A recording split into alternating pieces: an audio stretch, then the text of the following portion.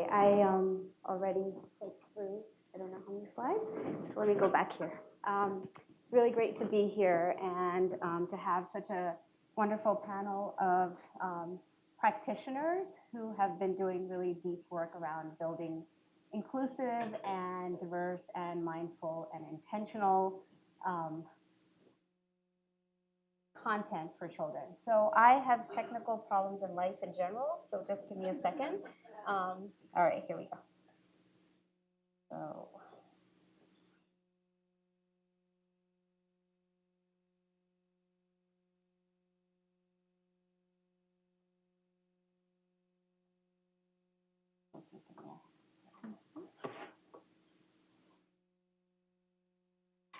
All right, so I'm going to try to get this right. So my name's Sandhya Nankani, and I've been creating children's media across print and digital for the last 15 or 20 years. And what I've found really fascinating about the process is that what happens in print educational media carries over into digital, but in print educational media, which is where I started out, the approach to creating diverse content and multicultural content was always very Excel sheet based.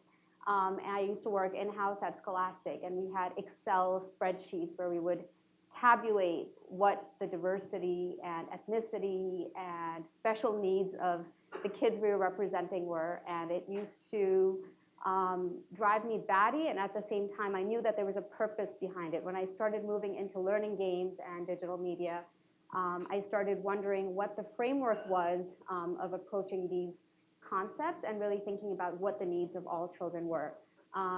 Children need media that can serve as windows, doors, and mirrors for themselves in their lives. And this is something I think about a lot. Windows to look into other worlds, doors to walk into new worlds, and mirrors to see themselves. So a few years ago, I met a bunch of really wonderful practitioners who were all thinking about similar things. And we together founded an organization, a grassroots coalition, I should say, called, at that time it was Diversity in Apps. And we've sort of rethought our purpose and relaunched as KIDMAP earlier this year. KIDMAP for, see, I did it again, okay. So KIDMAP is the Kids Diverse and Inclusive Media Action Project. And we've been doing a lot of deep thinking around a toolkit that we call the Diverse and Inclusive Growth Toolkit. So our thinking is that creating a beautiful children's media product is a lot like planting a garden.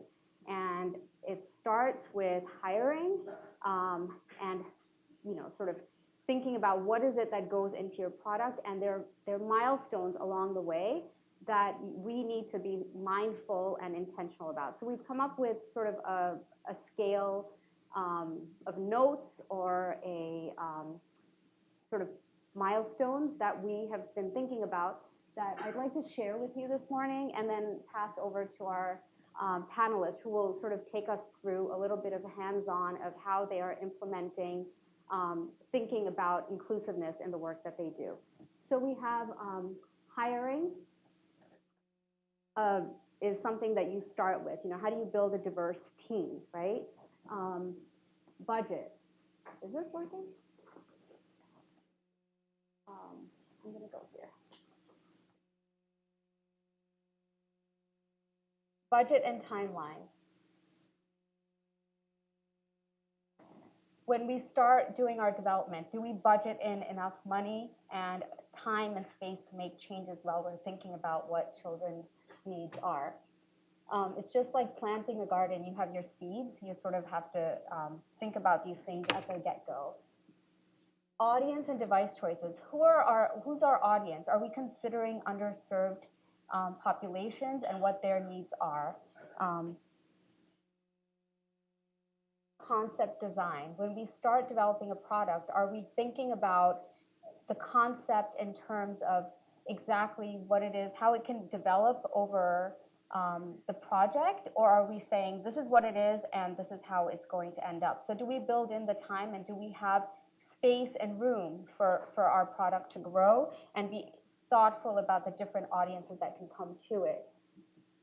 Characters and voiceover, testing, marketing, and social media. I'm just running through these very quickly, and on our website, which is KIDMAP.org, you can read a little bit more about our DIG toolkit and what it is that we're aspiring to do in terms of working with producers to give them a checklist and milestones to be considerate of through the development process.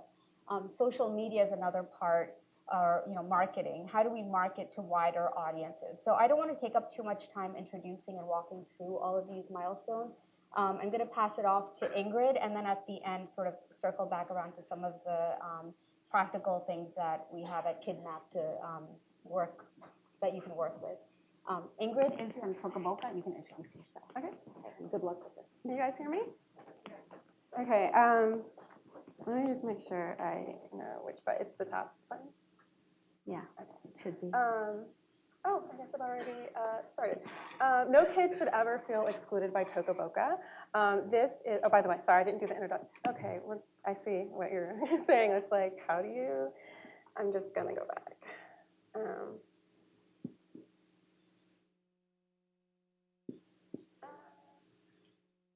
I feel like I have the same life technical difficulties.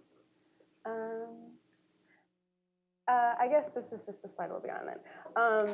So don't look at it yet though, because I'm not ready for that. So no kid should ever feel excluded by Toca Boca. This is the phrase that guides us at Toca Boca when we're thinking about creating content for kids, including and also marketing materials for their parents. I'm going to talk today about like sort of how we got to that phrase and where it came from and how we use it as we're creating content. So just to give you some background, Toca Boca, we were founded in 2010 in Stockholm, Sweden. And part of, I think, what we're known for is our approach to gender. And that comes, I think, partially from that Swedish origin. Just this culture's perspective on gender equity. And that, I think we are, I'm not going to talk too much about gender. I think we are, the people that do know us, if you know us, know that we've always made it a point to be very gender inclusive. And so this is just a couple of examples of stories that have talked about us in gender. I think, Raul, I think you're probably, and Tinybop was in a couple of these as well.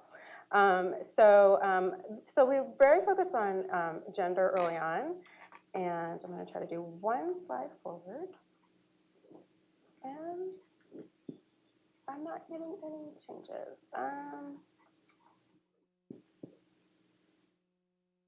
Suggestions.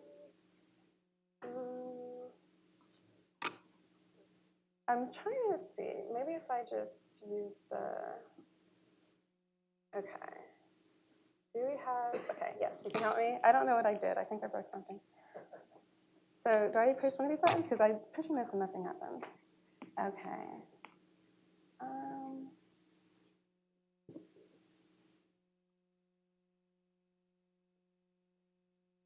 So if I click this, should I just use the arrows?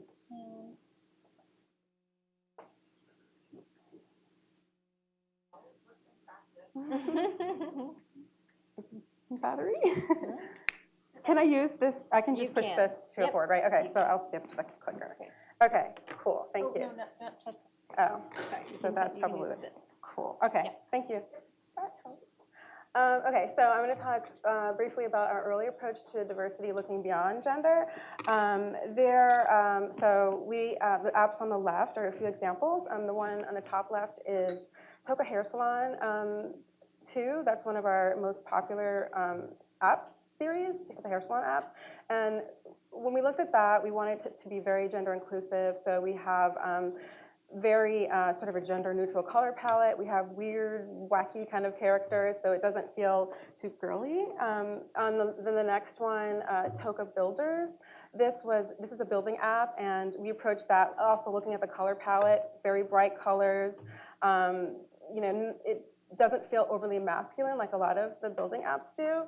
Then we have an avatar creator called Toca Mini, lots of different skin tones there. And then Toca Cars is a cars app, and we work very hard to make sure that the gender roles weren't stereotypical in that. And then to the right, we have some shots from our Toca Life series. I love this series so much. It's great. It's a virtual dollhouse, and we've always, even before we started talking about diversity really deeply, it's been a very sort of diverse, inclusive set of characters. One of the artists has said that the skin tones and all the characters, none of them are alike. Like, even though they may look similar, they're all tweaked a little bit. So it's very unique. And the idea there is, like, kids, when they get on our apps, they want to find themselves. They want to find their friends. They want to find people around them. And so we wanted to give kids the tools to tell their own stories. So we thought we were doing pretty well on diversity. And then came Rita. So Rita is the icon character for Toca Life City. The Life series, again, is one of our more popular series of apps. And this is how Rita looks today. And the one on the right is how Rita started out. It's a subtle difference, I think, but basically, Rita started out sort of conceptualized as a Black character. And there were some concerns sort of late into the process that the character, the way her personality was sort of thought through, that she might perpetuate stereotypes about race and gender. And so a decision was made after a lot of very quick back and forth and emails from US to Stockholm that in order to avoid perpetuating stereotypes, that we would lighten her skin. And so, our heart was in the right place. We didn't want to, contribute to stereotyping people, but the process was all wrong, and the end result, we weren't really happy about how we did it. And so that's sort of what brought us to, the phrase that I presented at the beginning about no kids feeling excluded. So what we did is for our annual retreat, we bring Stockholm and the US offices together, and we spent a week on just sort of immersed in the theme of diversity. We had workshops, we looked at our portfolio, we had outside parties do an audit. We had some really, and this is like, we had some really challenging conversations. I grew up in the US. We talk about race here. It's not that diversity is just race, but that we talk about it here. I've had more than one Swedish colleague tell me, in Sweden, if you talk about race, you're a racist. So we don't have language around this at all. So it was really important for us to just have the conversations. And then some of the work that came out of it, we went home and we put together some working groups. I won't talk about all of them, but I'll talk about a couple of the things that came out of it. One of them that was key was the definition of diversity, because we're talking about diversity, but what do we mean by that? There's just so many aspects of it, and what parts of that can we actually address in our products? And then another thing that came out of it, which was really crucial, was our diversity advisory board. And I'll talk about that a little bit more too. So when we got to what we meant by diversity, we ended up narrowing it down to 7 aspects. And they're here, I'm not gonna read them to you, but it's hard because we look at other things as well, and we think about them, but when it comes down to, like, when we're sort of, not even systematic, when we're talking about diversity, we wanted to just have a common understanding of what we meant. So these are the things we're looking at, and we sort of built all this out with, like, explanations. So anyone from our company who's looking at, what do you mean by physical characteristics? We talk about that, or we have it written out. And then the other thing that I mentioned, the diversity advisory board, this is fantastic. Everyone should have one of these. This was a group, we brought together 5 people who have different areas of interest and expertise and different backgrounds. And it really is to give us people to reach out to. Like, we have our own thoughts and ideas about how things should be, but we don't know everything. So we have this group of people to reach out to, and when they don't know the answers, they reach into their networks. And so it's just been really fabulous. I'm gonna talk a little bit about the work we've done with them. So Toca Hair Salon 3. This is actually like the 4th or 5th app in the hair salon series. And we made some pretty significant changes. And it wasn't entirely because of the work we did with the diversity board, but it came out of, some of the changes were after we had started diving deeply into our diversity work. So it definitely had an impact on what we did with this app. And so a couple of the things. One of the things, our previous hair salon apps we had some feedback from families, and not to focus only on racial issues, but one of the things that happened was we got some feedback from a parent that said, well, why don't you have any Black characters in your app? And the play designer's response was, I thought I did. Like, what do you mean? And so really what it came down to was hair texture. And so we had apps that had, maybe 3 or 4 hair textures, but not ones that kids with like kinky hair could actually, use to create their own, images that look like them. And part of that was like a technical thing. Like we didn't know how to do it. And so over the years, or the last couple of years, they worked on just getting the technology right.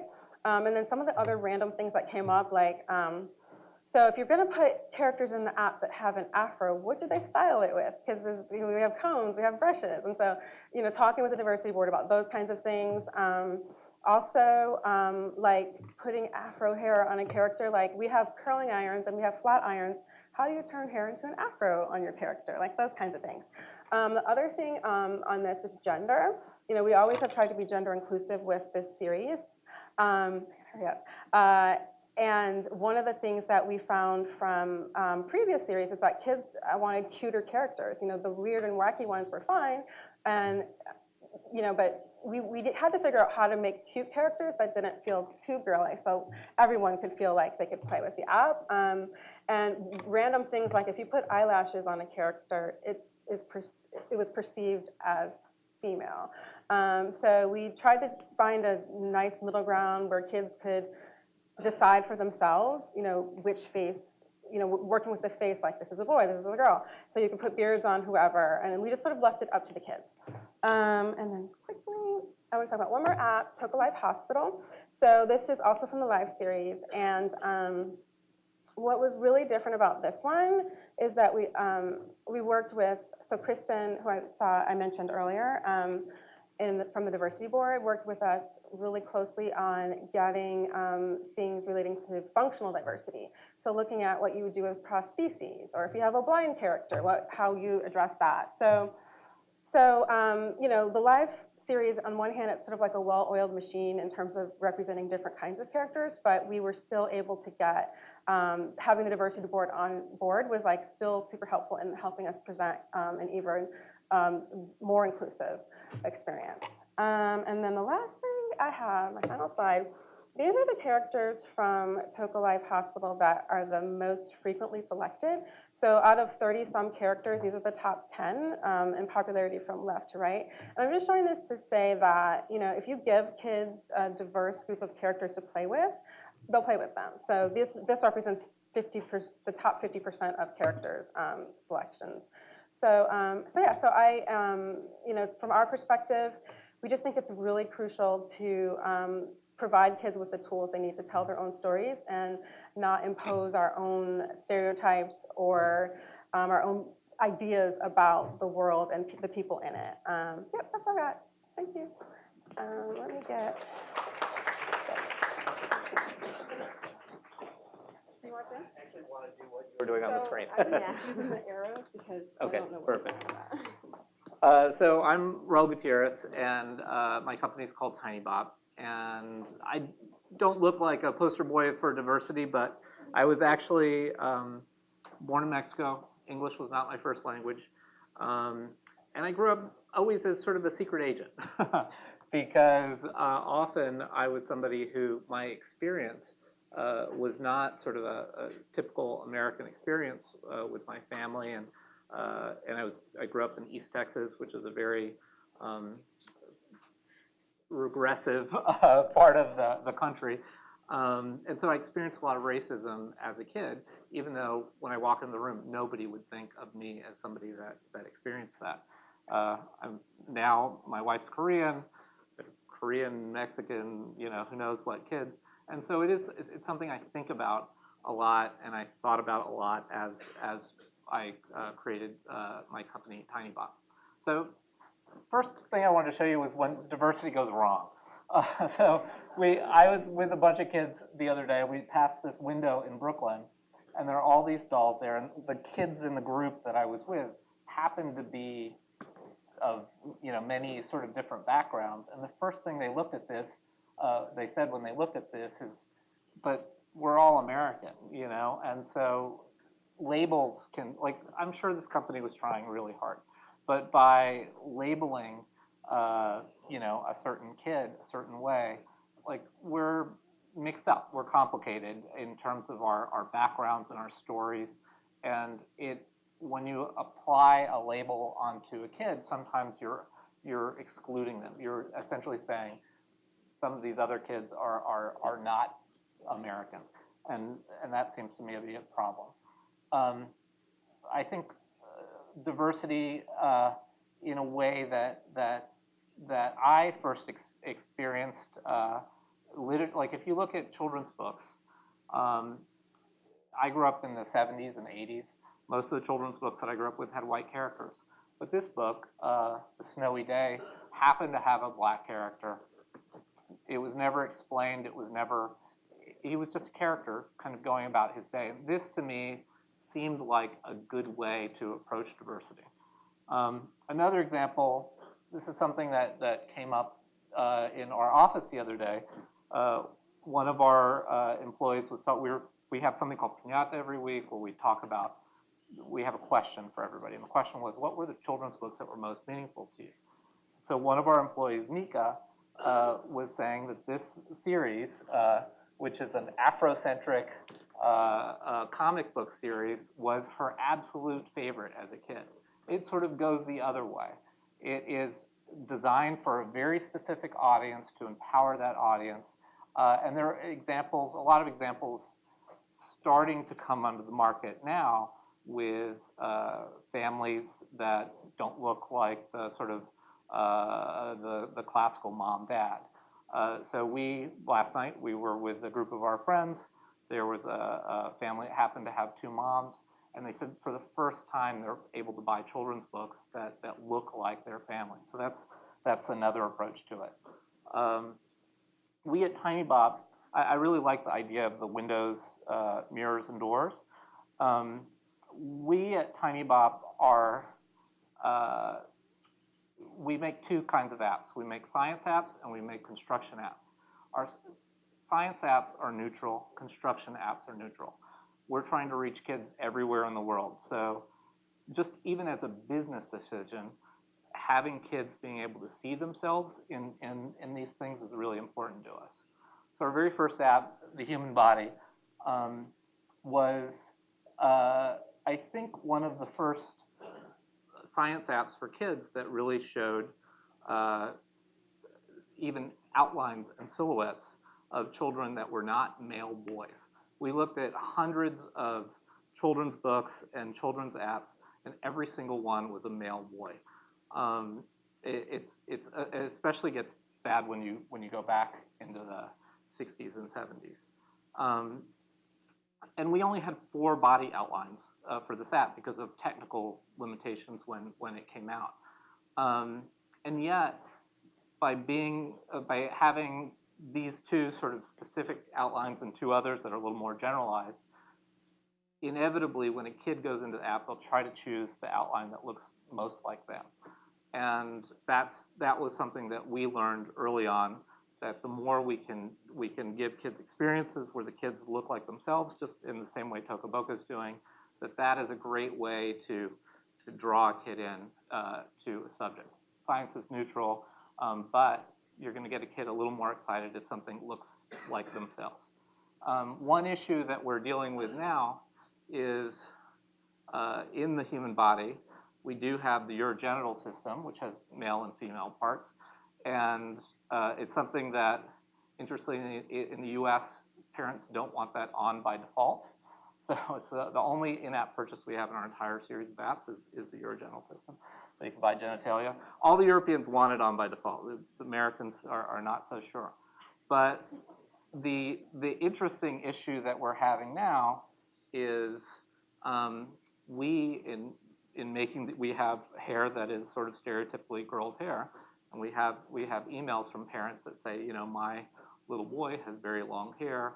We want sort of male parts with the quote unquote girl's hair.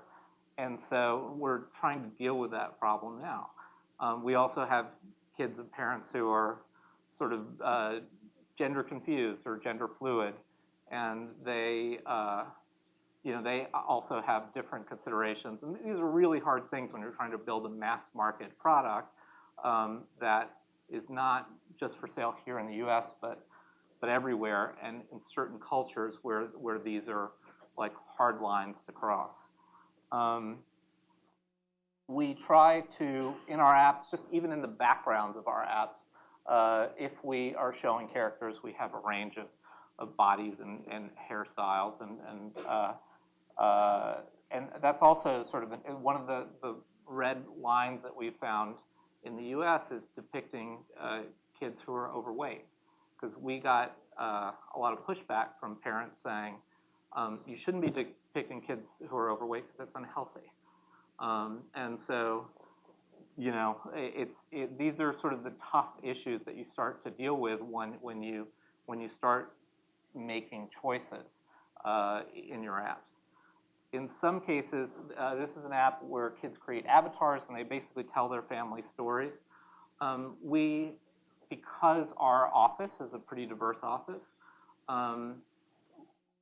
we sort of brought up, as we were making the app, we kept finding kids that we weren't representing. We asked everybody in the app to bring in their childhood school photos. And with the app, we tried to make every single kid in the different classes to see if we could represent them. We also, run into religious clothing and religious garb, and how do we include that? In this app, kids create avatars and then they tell stories about them, and we ran into all the sorts of different families that are now there are different family options than there would have been a few years ago. In our office, we have a gay couple, and they're having a surrogate give their baby, and we thought hard about, like, how do we represent that? What's the right language for that? And how do you do that in other languages? We also are very careful in our outward-facing media, in our ads, in the way we talk about ourselves in press, to always include diverse sets of kids. And when you start doing this, you realize how rare it is. It is very rare for kids companies there are a bunch of companies that will have sort of the United Colors of Benetton group of kids. It is very rare to have a company that has a black kid or a Mexican kid who is obviously of a specific, from a specific place in their ads or in their marketing. And you see that if you promote these ads on Facebook or other places, that a lot of the biases that people have sometimes start to come out in comments and in feedback that you get. And so that's sort of an interesting and difficult thing to manage. But I think that when you are marketing yourself in this way, there are sort of a lot of big companies that are invested in promoting these ideas. So Apple, we work very closely with Apple. Most of our apps that come out get featured on App Store. So we looked in China. It's very rare to see anything depicted with multiracial groups of kids, but our ads are there. So maybe we are helping move the needle there too. And then I think the final thing is that we, as a company, we talk a lot about diversity. If you're looking to build a diverse team, it starts with just sort of talking about what you believe in, and then it's less hard to find people because they come to you. So lately we've been posting a lot of things on our social media that are in counterpoint to the news. So, so the other day when Donald Trump announced the sort of ban on transgender people in the military, we have a poster that we created last year about inclusion in classrooms, and we started tweeting it. And this was something that tons of parents emailed us sorry, this is going on its own again. to tell us that, to thank us for doing this. And so I think when you're thinking about diversity, it starts with your team. It starts with building a diverse group of people. It's thinking deeply about these issues. It's testing with diverse groups of kids. It's solving these hard technical problems sometimes, or limitations that you have in terms of getting it into the product. It's about how you market yourself, and it's also about how you talk about yourself. And so really it has to be like the water that you drink. And if you do that, it's not, we don't go to the office thinking about diversity every day. It's just kind of part of the conversation that is the normal conversation that we have as we build any product, just as we think about all the other things that you have to do to make apps fun for a diverse group of kids.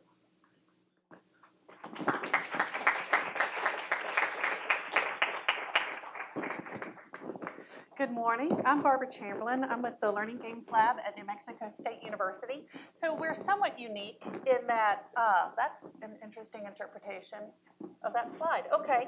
I know you all are hearing us say the same thing. So we're a bit unique in that we're a nonprofit design studio. We do research-based interventions. We're not a student education program. Everything we do is based on research. So we were brought to our clients from Colorado State University, who have some great research on what helps kids to eat vegetables and how you get them to try different foods and the core physical movements that kids in preschool need to do. So they said, we have a very specific audience for this. Now, most of our work at New Mexico State University is, all of our products are different. We might be doing a virtual lab for college students. Right now, we're doing stuff for preschoolers. We're doing a cooking app for third graders. We're doing math algebra games for mid-school, and we're doing chemistry labs for college, and we're doing some water labs for post-college and for graduate work. So we have no set of characters. We have no set. Every project we do is different art styles, different approach. So Colorado came to us and said, we have a very specific audience for this intervention. It is low-income Latino students who work in rural and semi-rural areas, usually in agriculture industry, whose kids go to Head Start programs. So we had about as specific an audience as we could define for that. And we said, that's awesome. But if we can get this intervention to work, to get kids eating and doing the physical activity that we need them to do, we'd really like to go bigger and hit everybody with that. So as designers, we took that approach. So we knew basically we would have two different kinds of apps. The first, which we just saw, was a jungle gym, which is something that they move with the app and they move and walk like dinosaurs. And the second was a tasting party, where there's different things that they can do to feed characters. So when we go through our characters, we often kind of have two lenses or two approaches that we use.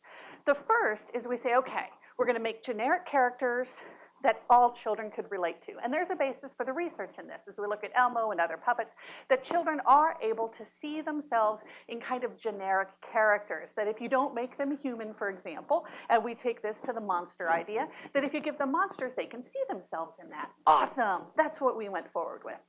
But the problem with that is then when you get through the diverse collection of characters that all children see over the scope of their lives, there's a lot of individuals who are not seeing their faces represented.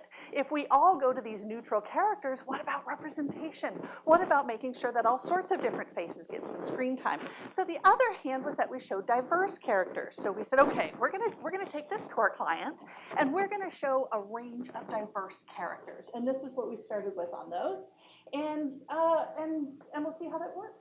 So before we took it to the client, we said, you know, the truth is, it doesn't matter what our client cares about, because when it comes to designing characters, what I care about most is what influences children. I care very much about diversity. I care very much about those things. But at the end of the day, I need to know that the kids who are using my app, who are feeding them or moving through the jungle, running like a cheetah, will say, that kid's like me. I can change my behavior as I have seen this character change his or her behavior. And that is our goal. So if our goal is going to be, what can our learners, what influences children, we go like we do to all of our projects, and we do user testing. So that's what I wanted to talk about today, is some of the user testing strategies that we use to try to hit these diverse characters. So couple quick rules for for user testing. So this is something we do a lot in our lab. We bring kids in. We just do excessive user testing, as I know that our co-panelists have as well. And the first is to immerse yourself in your audience, especially with this preschool audience. And I haven't done preschool audience for many years, but especially with that preschool audience, it takes trust.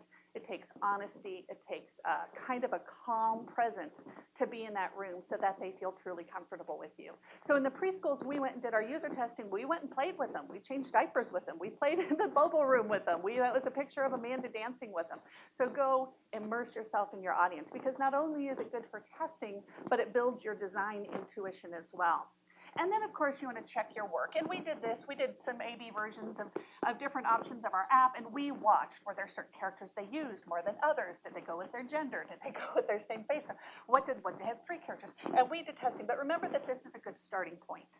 So we did a lot of that, and we found no difference. All of the kids certainly had characters they liked best, but there was no trends. There wasn't similar gender. Girls didn't pick girls. There was just, everybody had their favorite characters, but there were no trends. And mostly what we saw is everybody picked a diversity of their characters. So we said, okay, we're gonna test this idea.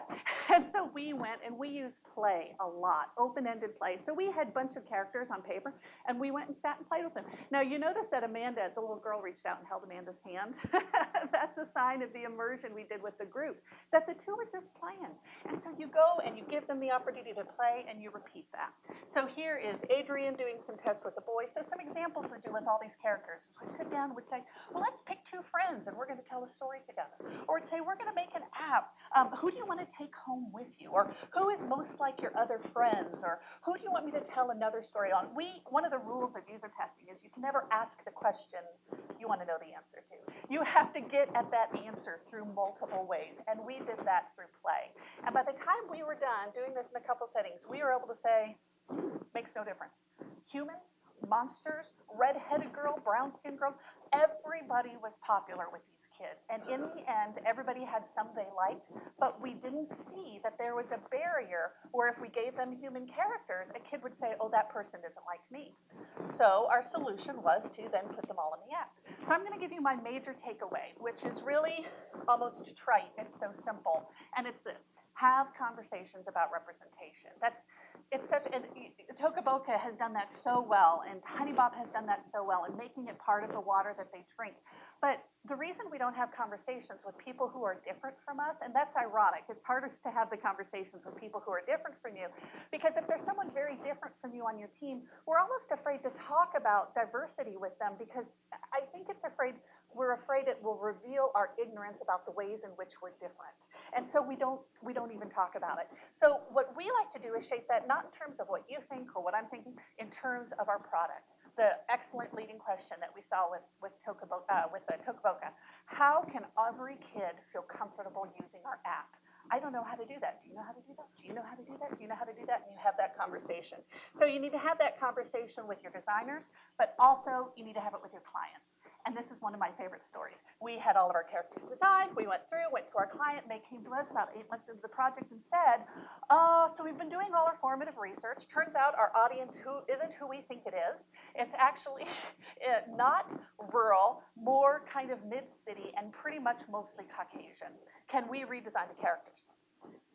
So we had that kind of deep intake of breath that we have when your client wants to make changes 8 months into the project. And because we had done all the user testing, we went to our client and said, absolutely, let's talk about this. And we talked about everything that we did with testing and the fact that none of our kids showed preferences for kids who were like them or different than them. And we said, and if we can just go backwards in history, there has really been one kind of kid that we have seen regularly, and all kinds of kids have looked at that face. Maybe it's time to have all the different faces in. And our client, and I will always love her for that, said, I am absolutely with you on that. Thanks. I just needed to talk through that with you. And that made this light bulb. I've been doing this for 20 years, like, oh my gosh, have the conversation. So have the conversation on your team. How can we make all our kids included? Have the conversation with your clients about what their goals are and how you think you can meet them. And then this is the kicker, have your conversation with your colleagues. Isn't it awesome that we had a session today specifically about building a bigger tent? And we're seeing in our industry these conversations happen more and more. And the truth is, if you're like me, you're going to get it wrong. We have some characters that we got wrong. We have some projects that we got it wrong on, and we're going to make some mistakes. So what I need to do is talk with colleagues and say, well, how are you handling different issues around genitalia? How are you handling body shapes? Our characters are slightly different now because we have had conversations about body shapes and differences in that. The more we talk to each other and the more we feel comfortable revealing kind of what our challenges are, specifically about how do we talk about these things, you know, the rising tide lifts all boats, and we're going to get a little smarter on that. So I'm going to turn this back over to you. The slides just kind of did their own thing. They just went forward, so evidently it's, yeah. So I'll turn that back over to you, son. How are you doing on time? Yeah, thank you. I'm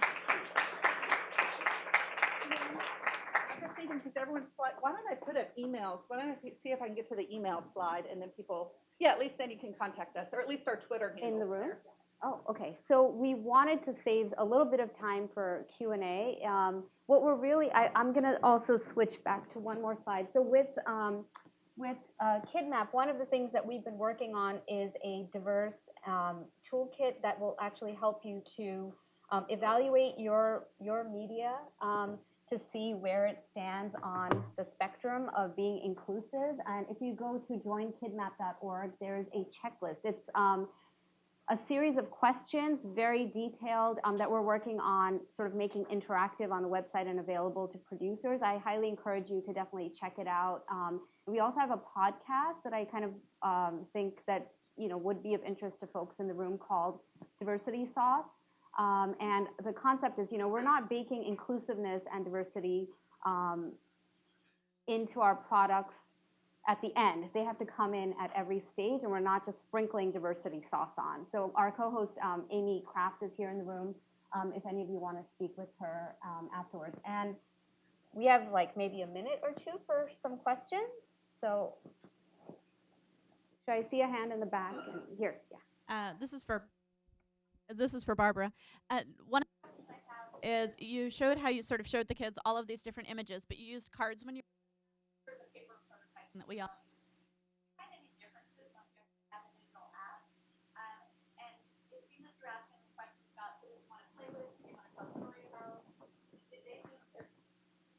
The avatars self, and did that just what? You know, I'd like to change that question just a little bit. You asked about, did they seem to make the translation from paper to digital? And yes, we seem to see that transition beautifully. But your larger question of do they, and this is a question I've been asking for so long myself, driving our development, and unfortunately I can't answer it for you, is do they see themselves? Do they see people they like? Or do they see who they aspire to be? And those questions are asked regularly when we look at avatar design, and there's some literature base for all of that, but of course every avatar to a project is different. Is the avatar someone you're controlling? Our feeding app, we don't set it that you're feeding yourself as you would in taking family photos. We have it that you're feeding friends, or you're running through the jungle with your friends, or you're doing those kinds of things. And I wish I could answer that. Certainly, I can't answer that with preschoolers because there's such a verbal barrier there, and I'm not sure they're just at a different place in their awareness where they can answer that. But we had the same issue when we were working on an app we had a single character in a virtual science lab, for doing cat-eye exchange and for college students. And we wanted to have a Native American woman because as we looked at our collection, and we're in New Mexico, we're like, we don't have any Native American scientists, let's make one. And so then we had to do all of this user testing, and what we found was all of these college students did not like this character, and we tried to get around it, and it could have been they just didn't like the clothes that she was wearing, so we tried different kinds of characters, and I think part of it was for these college students, they actually wanted to see a scientist that was like themselves. But we couldn't do that because we have one character. So in the end, another rule of user testing, we often think user testing is about finding the best case scenario, and that's not what user testing is about. User testing is about eliminating all the deal breakers. So in the end, we kept working with that character until I would say, homogenize not her appearance, but her clothing a little bit, to where there is enough difference between her skin and her hair and the clothes that I think everybody was at least able to say, that's not, I'm a male and she's a woman, but we're dressed similarly, or those are clothes you'd wear in the lab. So that was a long answer to something that wasn't your question. I think we Can I may add be one getting- thing to that? yeah, okay, yeah. So I think context matters a lot when you're user testing, and also sometimes if you have a goal. So we have an app called the Robot Factory. Initially, when we were testing with kids, when we asked kids, like, what's your robot's name? Every kid was giving the robot a boy's name. They loved the app, but every kid, boys and girls, were giving it a boy's name. And we didn't like that. We wanted girls to sort of get it. So we started asking questions, like, what would you like to see in this? What would you, how would you make this app? What would you change? And by making sort of relatively small changes, suddenly we got to a point where virtually every girl was giving the robot a girl's name as well. And some of them were creating better versions of themselves. The robots were themselves. Some of them were friends. Some of them were things they aspired to be. And that just depends on the kids. Thank you. So I feel like we could probably continue the conversation for hours, in fact, like a whole day or week long, as we at KIDMAP keep saying. So, but thank you all so much. And I'm sure you can find them for more questions afterwards outside. Thank you.